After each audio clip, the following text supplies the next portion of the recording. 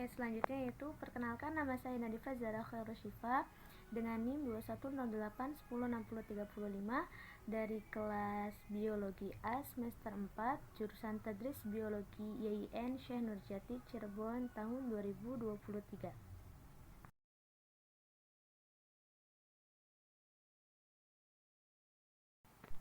Menurut Campbell tahun 2002, populasi adalah suatu kelompok individu terlokalisir yang digolongkan sebagai spesies yang sama. Suatu populasi mungkin terisolasi dari populasi lain yang berspesies sama dan jarang sekali dapat mempertukarkan materi genetiknya. Oke teman-teman, tadi ada pengertian dari populasi. Selanjutnya yaitu pengertian variasi intrapopulasi. Apa sih variasi intrapopulasi itu?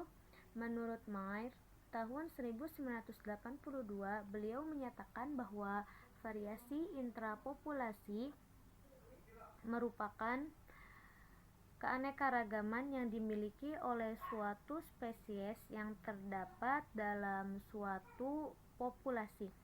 Spesies yang terdistribusi luas memiliki keanekaragaman genetik yang tinggi.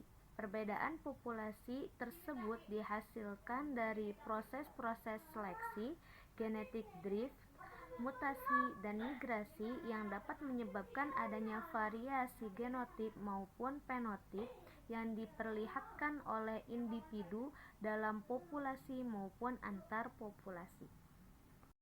Selanjutnya yaitu variasi intrapopulasi yang dapat digolongkan menjadi 3. Yang pertama yaitu variasi umur, yang kedua variasi musiman pada suatu individu, yang ketiga yaitu variasi seksual. Yang pertama, variasi umur, yaitu suatu spesies hewan yang memiliki variasi dalam proses perkembangannya dan berbeda dengan dewasanya.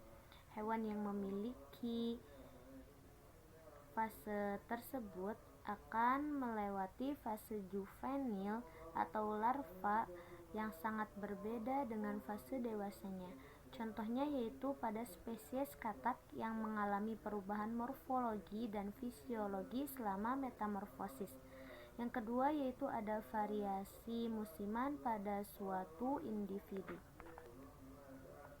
Variasi musiman pada suatu individu yaitu hewan yang hidupnya melalui beberapa musim yang memperlihatkan variasi individu. Contohnya yaitu pada spesies burung. Burung akan memiliki warna yang lebih cerah pada musim kawin dan pucat. Pada beberapa spesies burung, perubahan warna bulu hanya terjadi pada spesies jantannya. Yang ketiga yaitu ada variasi seksual. Variasi seksual dikenal dengan adanya perubahan pada organ seks primer, sekunder, ginandromorfi, dan interseksnya.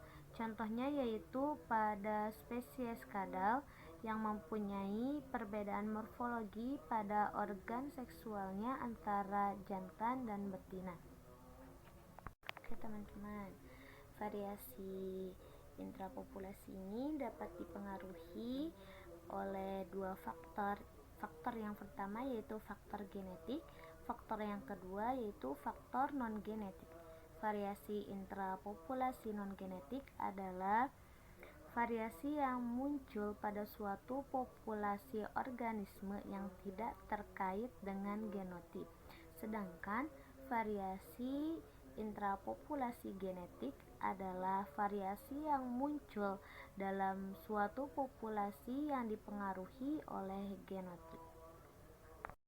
Oke, di sini saya akan memberikan sedikit contoh ya hewan variasi intrapopulasi.